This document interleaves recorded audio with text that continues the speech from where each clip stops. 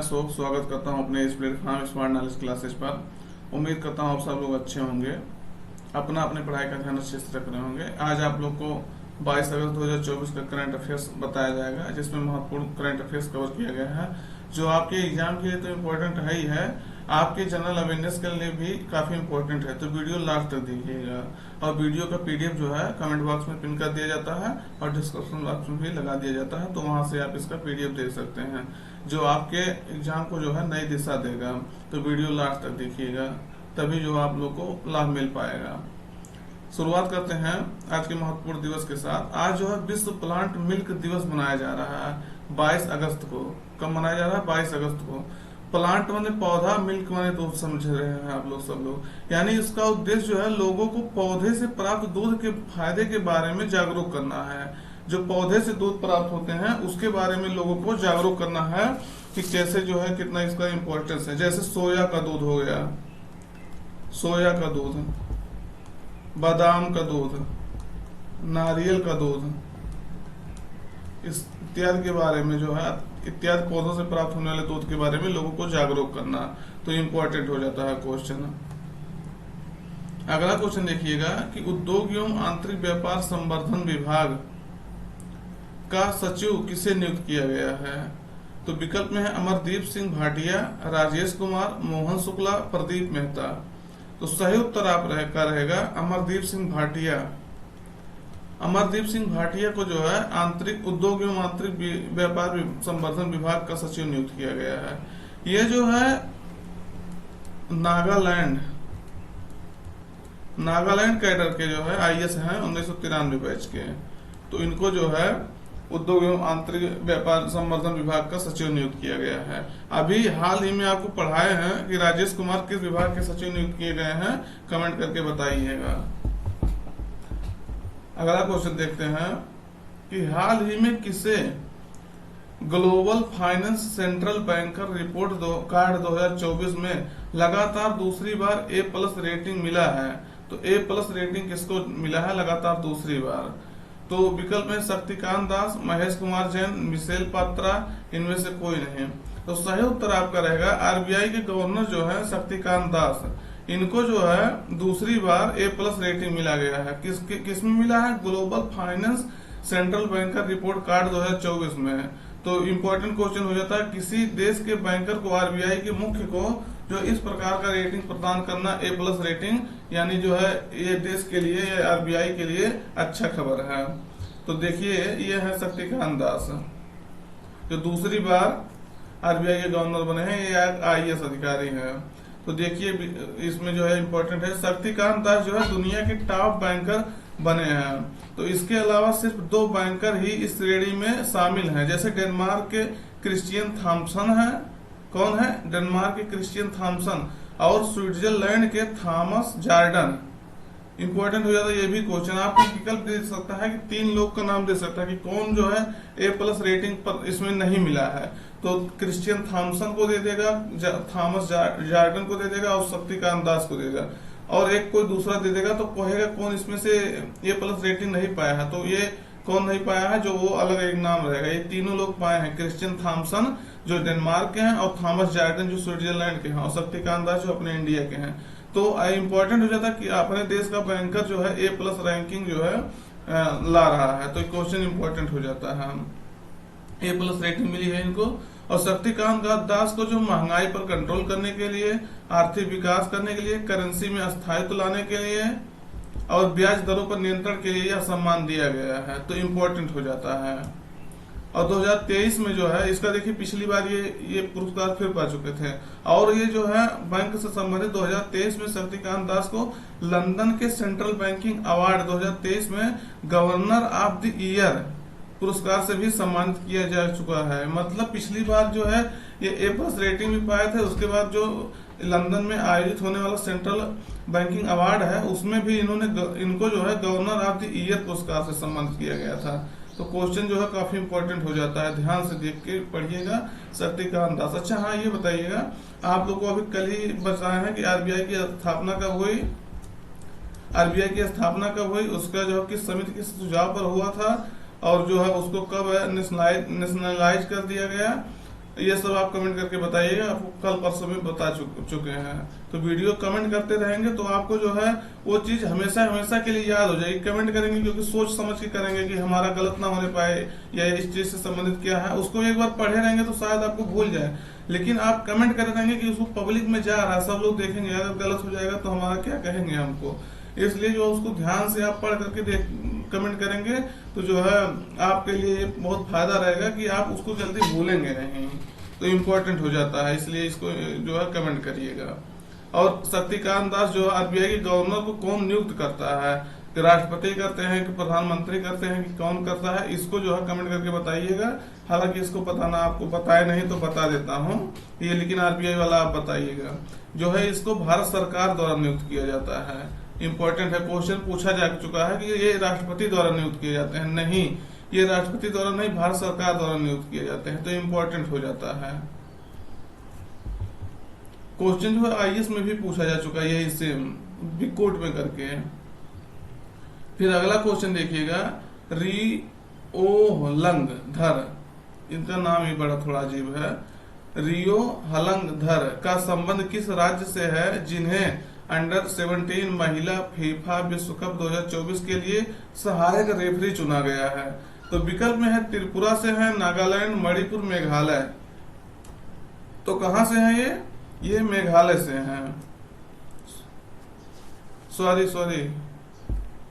एक second, just 1 minute, थोड़ा सा कंफ्यूजन है इस क्वेश्चन में। हाँ एकदम सही है, मेघालय से ही है। तो ये कौन है? रियो हलंग धर, ये किस राज्य से है? मेघालय से ही है। तो मेघालय से है। ये देखिएगा, इनका लिख दिए इनके बारे में थोड़ा सा। तो ये जो इसके पहले जो एक लोग बनी थी, ये इनके बारे में थोड़ा कंफ्यूजन हो गया था, इसीलिए जो क्वेश्चन कंफ्यूज कर गया। तो फीफा अंडर 17 महिला विश्व कप में उबेना फर्नांडिस के बाद रियो हलंग धर दूसरी भारतीय सहायक रेफरी बनी है। तो भारत की अभी तक दूसरी भारतीय सहायक रेफरी बनी है। कौन? उबेना फर्नांडिस के बाद रियो हलंग धर। तो इम्पोर्टेंट हो जाता है इसमें। तो ये जो है क्वेश्चन बहुत इंपॉर्टेंट हो जाता है, क्योंकि कोई व्यक्ति जो है भारत से पहली बार बन रहा, दूसरी बार बन रहा, तो इम्पोर्टेंट हो जाता है। और जो अब की बार ये हो रहा है, इसका ये 8वां संस्करण है। क्वेश्चन इंपॉर्टेंट हो जाता है। और इसका आयोजन है डोमिनियन गणराज्य में किया जा रहा है। 16 अक्टूबर से 3 नवंबर 2024 तक किया जा रहा है। तो क्वेश्चन जो है बहुत इंपॉर्टेंट हो जाता है फीफा अंडर 17 महिला विश्व कप, क्योंकि पिछली बार जो है 2022 में ये इंडिया में ही हुआ था। तो ये अब की बार कहाँ हो रहा है? तो डोमिनियन गणराज्य में हो रहा है। क्वेश्चन इंपॉर्टेंट हो जाता है। 16 से लेके 3 नवंबर तक, 16 अक्टूबर से 3 नवंबर तक चलेगा। और इसका ये 8वां संस्करण है। 8वां संस्करण से आप समझ सकते हैं कि हर 2 वर्ष में मनाया जा रहा था। तो इसको जो है 2008 में जो है ये इसको मतलब 2008 से इसमें आयोजित किया जा रहा है। फीफा अंडर 17 महिला विश्व कप का पहला संस्करण देखिए, संस्करण है यहाँ, पहला संस्करण 2008 में हुआ था। और यह विश्व कप हर 2 वर्ष में होता है। कब होता है? हर 2 साल में या हर 2 वर्ष में ये आयोजित किया जाता है। और पिछला आपसे बता दिए कि 2022 में भारत में हुआ था, स्पेन ने इसको जीता था। किसको हरा करके जीता था, ये भी कमेंट करिएगा। अगला क्वेश्चन देखिएगा कि भारतीय तटरक्षक बल का कौन सा जहाज पूर्वी एशिया में विदेशी तैनाती के तहत 2 दिवसीय यात्रा के लिए इंडोनेशिया के जकार्ता बंदरगाह पर पहुंचा? तो विकल्प में है सुजय, देवदूत, समर्थ, संकल्प। तो आप इसको कमेंट करके बताइए कौन सा जहाज है जो पूर्वी एशिया में विदेशी तैनाती के तहत 2 दिवसीय यात्रा के लिए इंडोनेशिया के जकार्ता बंदरगाह पर पहुंचा है। तो सही उत्तर आपका रहेगा सुजय। सुजय जो है इंडोनेशिया के जकार्ता बंदरगाह पर पहुंचा है अपने 2 दिवसीय यात्रा के लिए, जो एशिया में विदेशी तैनाती के तहत किया गया है। तो ये इम्पोर्टेंट हो जाता है। इसमें एक क्वेश्चन ये इम्पोर्टेंट है कि इस जहाज में पहली बार ऐसा हुआ है कि 2 महिला अधिकारियों को भी विदेशी अभियानों में शामिल किया गया है, 2 महिला अधिकारियों को। तो क्वेश्चन जो है इम्पोर्टेंट हो जाता है, किसी अभियान में महिलाओं को शामिल करना, वो भी पहली बार महिलाओं को शामिल करना। तो क्वेश्चन इस पर्पज से जो है 2 महिला अधिकारियों को पहली बार इसमें जो है अभियान में शामिल किया गया है, विदेशी अभियान में शामिल किया गया है। तो क्वेश्चन इसलिए जो है और इम्पोर्टेंट हो जाता है। और ये एक हेलीकॉप्टर के साथ है, जकार्ता बंदरगाह पर जाके पहुंचा है, हेलीकॉप्टर भी साथ में है इसके। फिर अगला क्वेश्चन देखिएगा, मुख्यमंत्री बाल पौष्टिक आहार योजना की शुरुआत किस राज्य में की गई है? तो विकल्प में है असम, मेघालय, उत्तराखंड, हिमाचल प्रदेश। तो आप समझ जाइए इसमें कौन सा सरकार जो है ऐसा कर सकता है। आप कमेंट अनुमान से बताइए कि ऐसा सरकार कौन सा घोषणा किया होगा। तो सही उत्तर आपका रहेगा हिमाचल प्रदेश। हिमाचल प्रदेश के मुख्यमंत्री हैं सुखविंदर सिंह सुक्खू। यस। तो इन्होंने जो है ये मुख्यमंत्री बाल पौष्टिक आहार योजना शुरू किया है। इसमें क्या है, जो नर्सरी से क्लास 8 तक के बच्चे हैं, 8वीं क्लास तक के बच्चे, तो उनको जो है छात्रों को सप्ताह में एक बार कम से कम उबला हुआ अंडा और फल दिया जाएगा। तो इससे जो है उनके पोषण जो है उस पोषण में सुधार होगा, क्योंकि हमारे यहाँ जानते हैं पोषण की बच्चों में स्थिति क्या है, पोषण का कितना जो है गिरावट अपने इंडिया में के लोगों में है। तो इम्पोर्टेंट हो जाता है अगर ये जो है हफ्ते में 2 बार 1 बार ऐसे दिया करें, तो कम से कम जो बेसिक पोषण की बेसिक न्यूट्रिशन की आवश्यकता होगी वो पूरा हो सकता है। जो बच्चे मतलब अपने घर के माध्यम से इसको पूरा नहीं कर सकते, वो स्कूल के माध्यम से आकर के यहाँ जो है इसको पूरा कर सकते हैं। और गांव के लड़के जो गरीब बच्चे हैं, अगर उनको खाने को मिलेगा, अच्छा भोजन मिलेगा, तो उसी बहाने वो शुरुआत में पढ़ने आएंगे।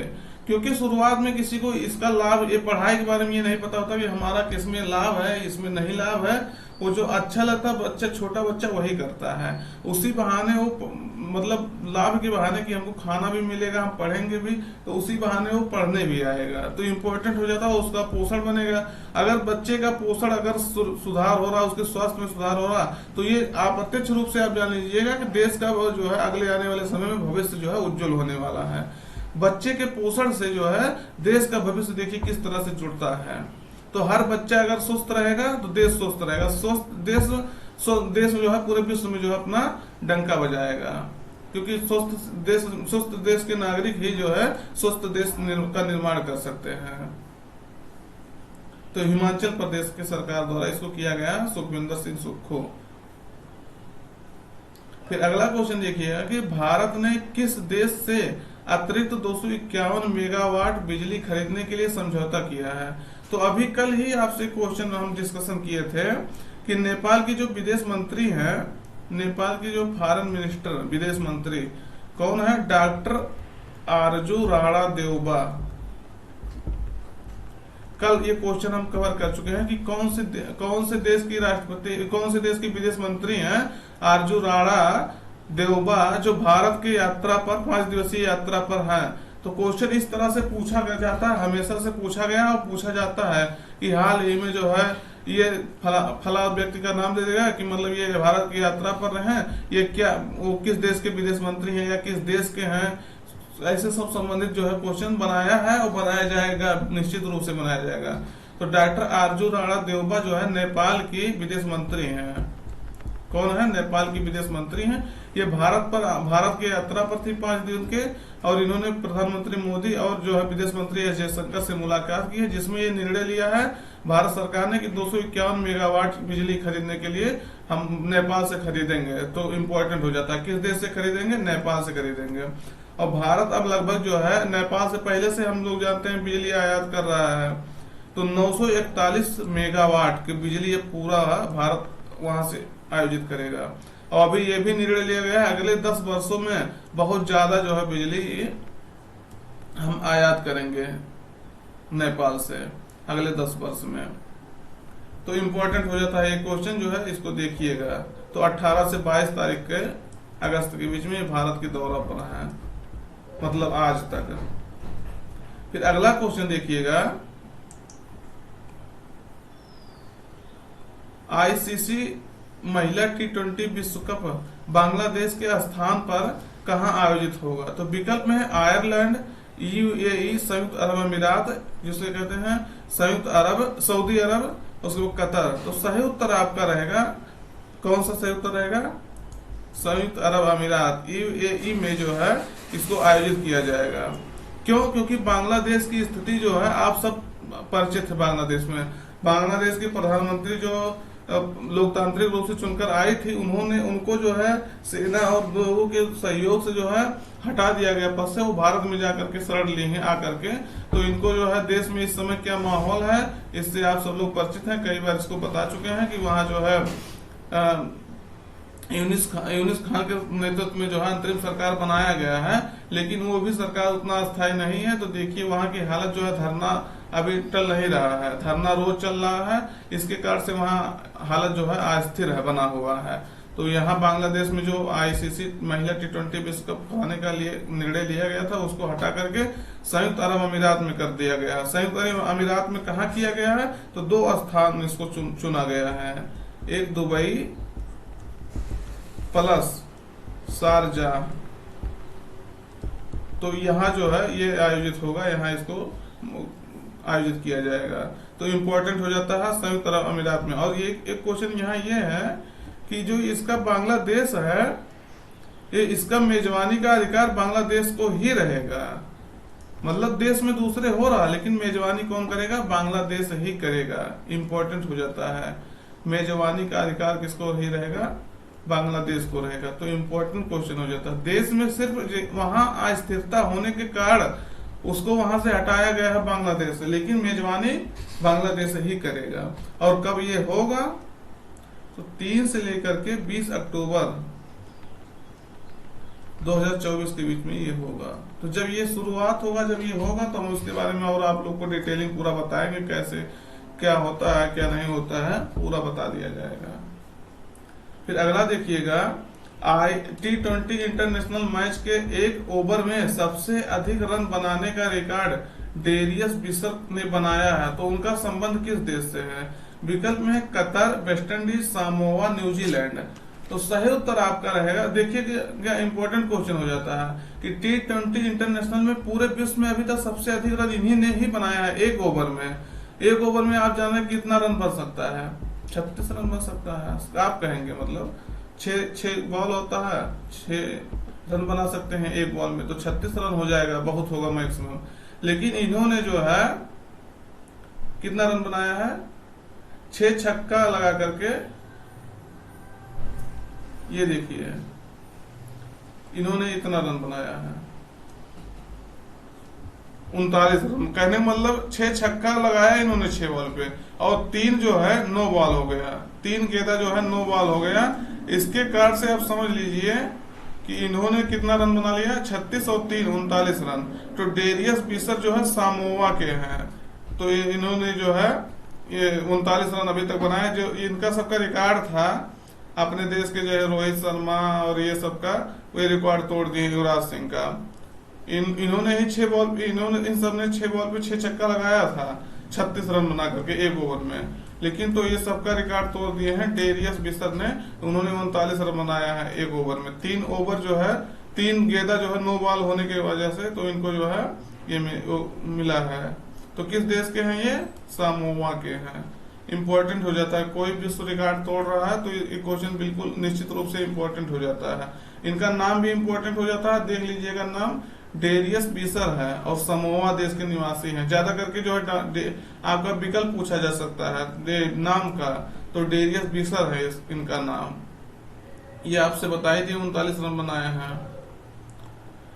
फिर अगला क्वेश्चन देखिएगा कि आजीवन उपलब्धि के लिए राष्ट्रीय भूविज्ञान पुरस्कार नेशनल जियो साइंस अवार्ड 2023 किसे प्रदान किया गया है? तो विकल्प में है आपके धीरज मोहन बनर्जी, उसके बाद अभिषेक कुमार शुक्ला, शशांक शेखर सिंह, उसके बाद यमयन प्रवीण। तो सही उत्तर आपका रहेगा धीरज मोहन बनर्जी। प्रोफेसर धीरज मोहन बनर्जी द्वारा ये अवार्ड प्राप्त किया गया। तो ये है प्रोफेसर धीरज मोहन बनर्जी। तो इम्पोर्टेंट हो जाता है क्योंकि जो है देखिए नाम से ही आजीवन उपलब्धि के लिए राष्ट्रीय भूविज्ञान पुरस्कार, वो भी देश की महामहिम द्वारा इसको प्रदान किया जा रहा है। देश की राष्ट्रपति द्रौपदी मुर्मू द्वारा देखिए जो है धीरज मोहन बनर्जी को ये पुरस्कार प्रदान किया जा रहा है। तो इम्पोर्टेंट हो जाता है। और इसी में जो है एक लोग को राष्ट्रीय युवा भूवैज्ञानिक राष्ट्रीय युवा भूवैज्ञानिक पुरस्कार मिला है 2023। तो किसे मिला है? डॉक्टर आशुतोष पांडे को मिला है। क्वेश्चन ये भी इंपॉर्टेंट हो सकता है। किसको मिला है? आशुतोष पांडे को। तो इंपॉर्टेंट हो जाता है इसी के साथ। खान मंत्रालय द्वारा इसको जो है आयोजित कराया जाता है। तो राष्ट्रपति भवन में देख लीजिए, इन लोग को जो है राष्ट्रीय भूविज्ञान पुरस्कार वितरित किया जा रहा है। फिर अगला क्वेश्चन देखिएगा कि प्रधानमंत्री नरेंद्र मोदी किन देशों की आधिकारिक यात्रा पर हैं? तो विकल्प है पोलैंड और यूक्रेन, यूक्रेन और सर्बिया, पोलैंड और सर्बिया, पोलैंड और बेलारूस। तो सही उत्तर आपका रहेगा पोलैंड और यूक्रेन। प्रधानमंत्री नरेंद्र मोदी जो है पोलैंड और यूक्रेन की यात्रा पर गए हैं। तो उन्होंने जो है हमेशा रूस की यात्रा पर, मोदी के द्वारा रूस की यात्रा की गई थी। तो यूक्रेन के द्वारा ये कहा गया था कि मोदी जो है एक ऐसे देश जो तानाशाह देश है उसके देश में यात्रा कर रहे हैं, और जबकि यूक्रेन लोकतांत्रिक देश है वहां नहीं यात्रा कर रहे हैं।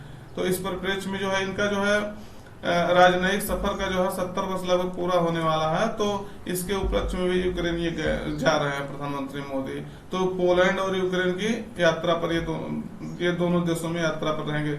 आप ये जानिए, जो भी देश न्यूज में रहता है उस देश के नदी के बारे में, उस देश के पीएम के बारे में, उस देश के जो है किसी घटना के बारे में आपसे निश्चित रूप से बहुत आसानी से क्वेश्चन पूछा जाता है। और बहुत जो है ये लॉजिक लगा करके आप लोग पढ़िए कि अगर वो पोलैंड, अगर मान लीजिए छोटे एग्जाम में किसी देश की राजधानी या कई राजधानी मिलाने के लिए देगा, तो जो न्यूज में है देश उसी से संबंधित ये जो है राजधानी पूछा जाएगा। जैसे मान लीजिए प्रधानमंत्री मोदी पोलैंड गए, तो आपसे पूछा जा सकता है आने वाले एग्जाम में कि पोलैंड की राजधानी क्या है। तो पोलैंड की राजधानी वार्सा है। वहीं यूक्रेन की राजधानी शायद आप लोग जानते होंगे, क्योंकि 2002 साल से पिछले बहुत न्यूज में है। तो यूक्रेन की राजधानी क्यों है, जाने रहे क्यों न्यूज में है? क्रीमिया वाले मुद्दा पे, क्रीमिया जो है रूस द्वारा हथिया लिया गया है, इसके कारण से जो है न्यूज में है। तो इम्पोर्टेंट हो जाता है। तो वीडियो कैसा लगा कमेंट करके जरूर बताइएगा। अगर आप लोग वीडियो में नए हैं तो चैनल को सब्सक्राइब कर लीजिए, इससे आपको कोई नुकसान नहीं होगा। अगर आप जो है वीडियो देखना चाहते हैं तो पूरा जो है देख सकते हैं इसके माध्यम से, और वीडियो जो है क्वालिटी किस तरह से ये हमको कमेंट करके बता सकते हैं। तो आज के लिए इतना ही। Till then take care. ये अच्छा एक सेकंड देख लीजिए, पोलैंड और हम यूक्रेन आपको मैप में दिखा देते हैं, जिससे जो है आपको थोड़ा माइंड मैप जो है माइंड मैप क्लियर हो जाए। तो पोलैंड और ये है, पोलैंड की राजधानी देखिए वार्सा, और ये यूक्रेन की राजधानी क्यों। तो इम्पोर्टेंट हो जाता है क्वेश्चन जो है इसकी वजह से। देखिए कौन कौन से देश इसके आसपास है, ये भी आप लोग एक बार देख लीजिए। जैसे बेलारूस हो गया, इधर रूस हो गया, यूक्रेन हो गया, स्लोवाकिया हो गया, चेक रिपब्लिक हो गया। तो ये सब देश हैं, इसको देख लीजिएगा। तो चैनल पे आप पहले बता दिए, अगर नए हैं तो सब्सक्राइब कर लीजिए, जिससे हमारा मोटिवेशन बढ़ता रहे, आप लोग के लिए नया नया वीडियो लाते रहें। तो आज के लिए इतना ही। Till then take care.